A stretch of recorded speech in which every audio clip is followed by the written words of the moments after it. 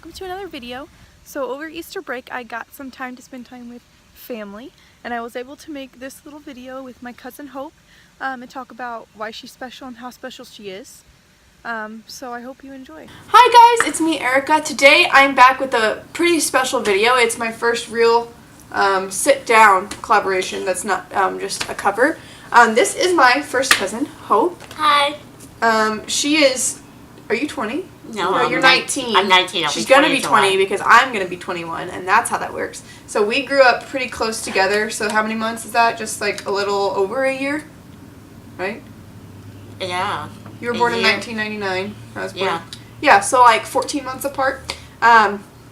So we were born pretty close together, so we grew up pretty tight as cousins. Our moms are sisters. We're like sisters. Yeah, pretty much. But we're going to talk about Hope's challenges with her health from the time she was in the womb until now as an adult, and what that's been like for her and for me, and just raise awareness for the condition she does have, because there's more than one, and just talk about what life's like for someone with, I guess, disabilities is how you would put it. I call it chronic illness. Chronic illness. And what life's like, you know, as a child into adulthood. So before Hope was born, the doctors already knew there was something wrong. So if you want to just talk about a little bit what they told your parents.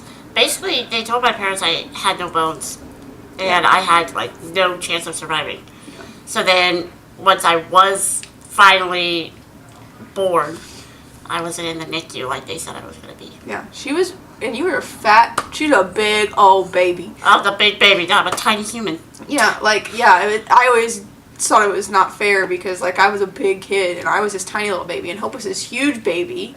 Hope was this huge baby, and I was this tiny baby, and then we flipped, and she's this tiny little thing, and I was not a tiny little thing, and I always found that not fair. Yeah, Hope was born, and you were pretty young. You were 9 months old, and then you had heart surgery, right? Yeah. So, what? They kind of like a backstory on how they found that. My mom gave me peas the night before, and when I woke up, I had a rash from my head to the toe. Or that's backwards. So then she took me to the pediatrician, and he was listening to my heart. He's like, "You need to go get a cardiologist. He has a heart murmur." He? You said he. I said she. Yeah. I have a lisp. Okay. So stop it. She has a heart murmur. I had a heart murmur. Yeah. So then we went, and yeah, that my kind of like what was going on. I had a hole in my heart. Like when you're born, you have a hole in your heart that's supposed to close. It seals up. Yeah. It never closed. Never and then my left ventricle is slightly. Do you have closed. any idea how they fix that? Because I don't. I guess they just closed the hole. I don't know. You don't know. She just lets them go in and do things to her. She doesn't ask questions. I was 10 months old! So then next you had a lot of different ear tubes, right? Mm-hmm. That came next. Yeah. And then... My leg. Yeah. Hope has a Power Ranger injury on her, which is what she always told us, but actually it is... I had a dimple on my leg that was a birth defect, so they went in. The skin was attached to the bone, I know that. Mm-hmm. So just like nothing in between, just like skin, bone. Yep, so they went in, they scraped the skin off the bone, and now I have a giant scar and a dimple. A big dimple. And then this leg tried to do it too. That leg apparently tried to do it too. So then after that you had the eye thing? I think so. Either that or another You set said of fourth tubes. grade?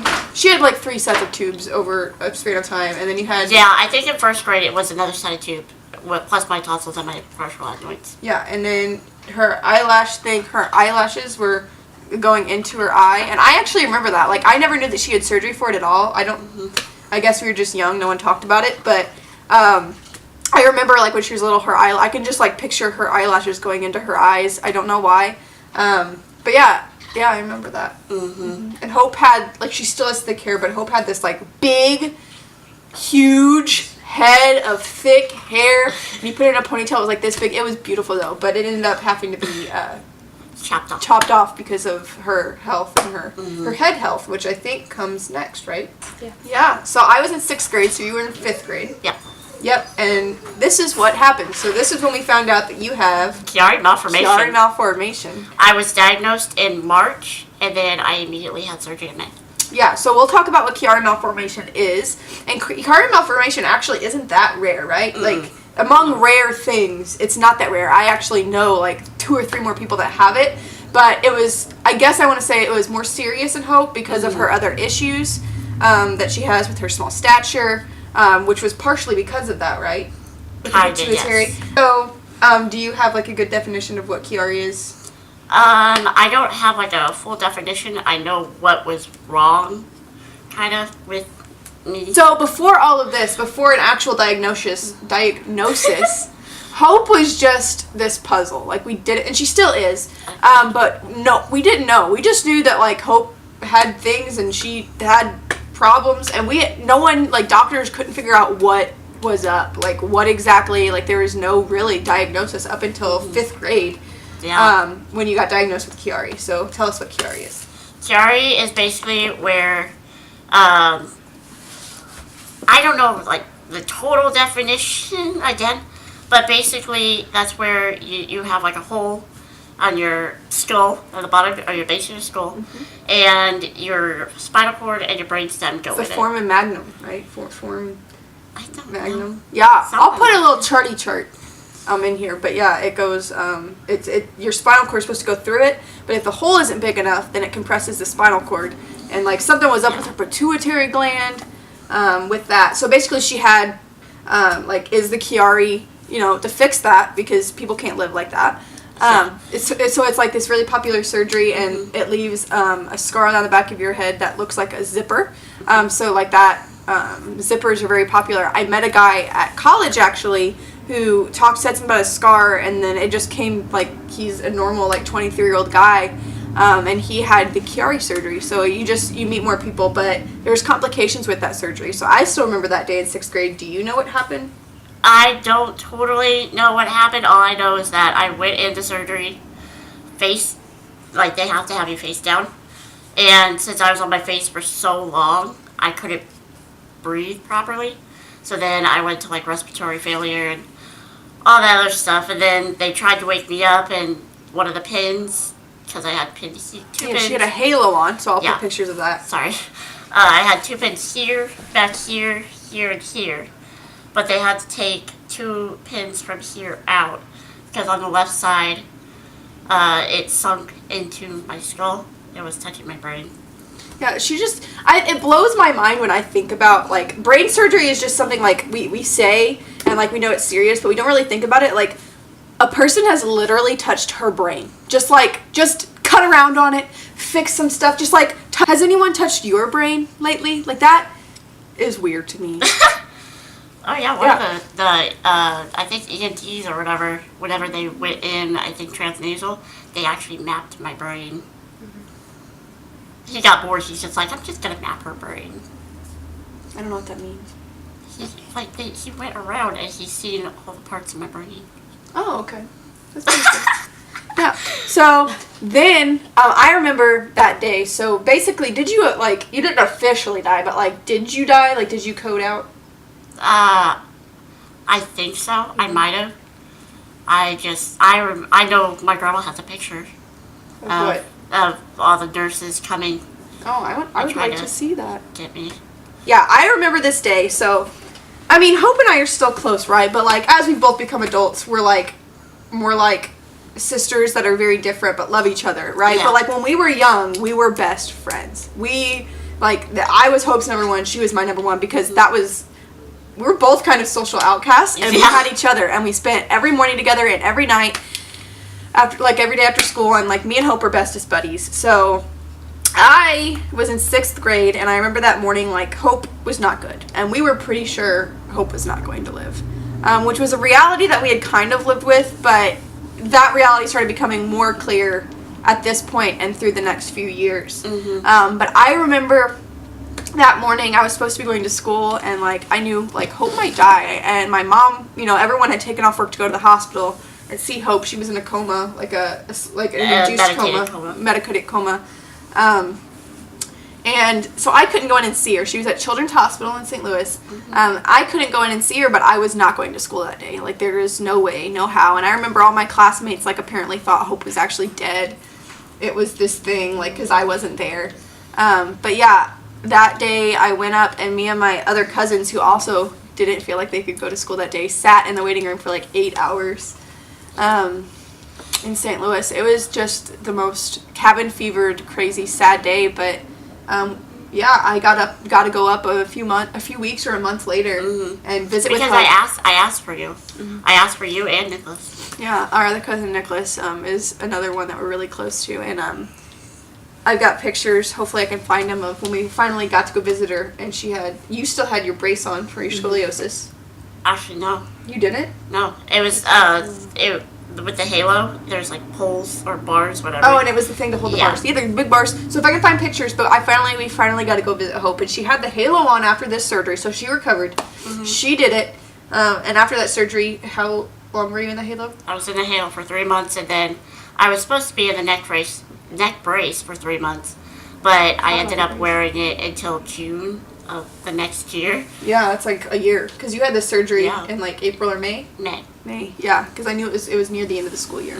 Yeah, and it was summer, and we went up, and I've got, I hope I can find those old videos. I think I posted one on Facebook of like me and you in the garden. Oh, so like there was the visit where you could just come down to the waiting room and visit us, and then we came up again, and we got to take you out of your room and like go up to the garden, and I've got videos and stuff from that. They're very awkward, but we'll find them. Yeah, that was that story. So that was probably one of the scariest. I think that was probably the high point of scary in your life. Would you say?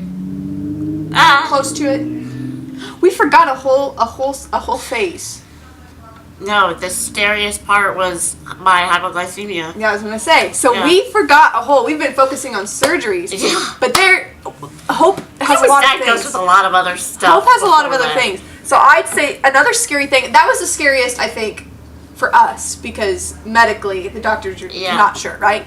But for you, it was passing out all the flipping time, which was just more of an annoyance at my age, which is really sad. But it was like someone's like, Ericha, Hope passed out again, like, and I'm like in elementary school, and like Hope's passed out on the bench, and like, oh, it's not only that, but everybody thought I was throwing temper tantrums. Yeah, so people in our class, as young kids, as they got older, they definitely got better, and we will talk about that. This may become a 2-video series, because we're going to talk about the positive things that have come from all this too.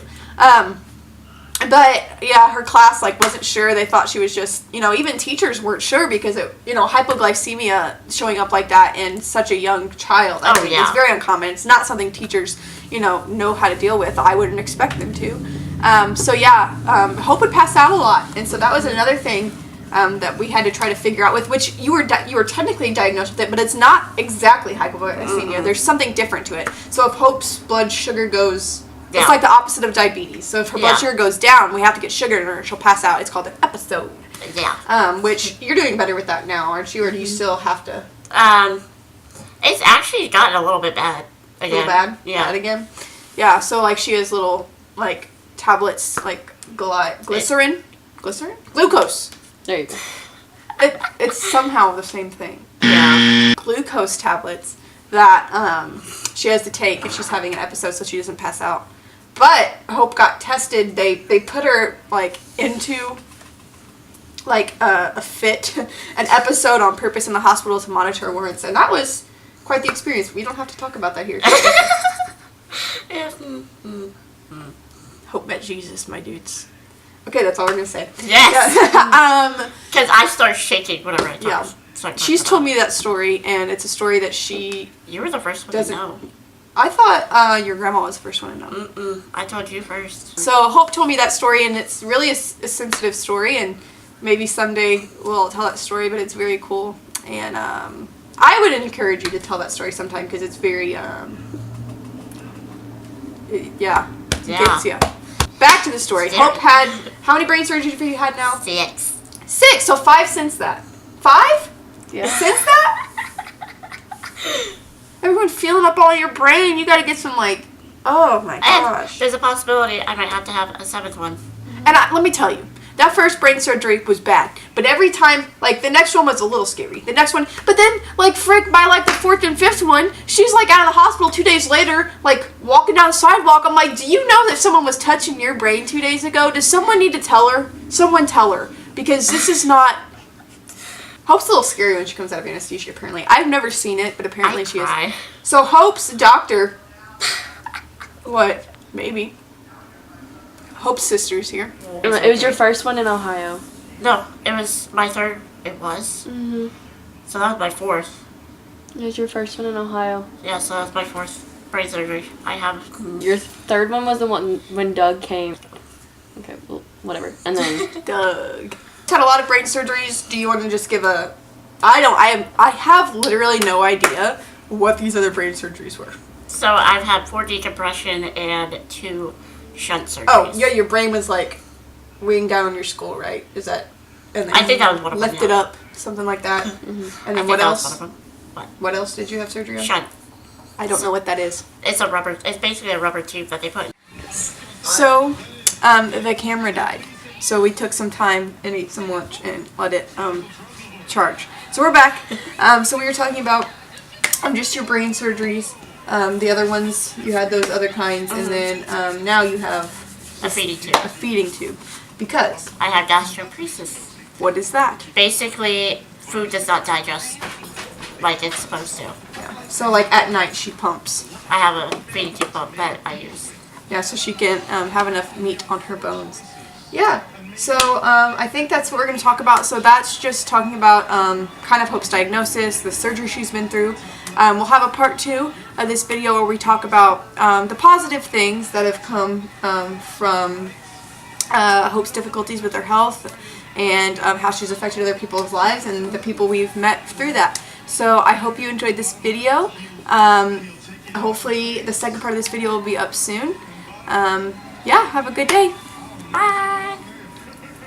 So Hope actually texted me after we finished recording this video to let me know that we literally missed the main point. All of these things that she's been through is tied back to her disorder that she's been diagnosed with, which we didn't even talk about. I think we got rushed to go do something else and we forgot. But she has Hajdu-Cheney syndrome, which I couldn't tell you much about. I highly encourage you to go look up some stuff about that, educate yourself. I needed to go re-educate myself. And Hope and I plan, hopefully this summer in a few weeks when I get back, we're going to film a video about the positive things that have come from so much struggle and so much hardship that she's gone through.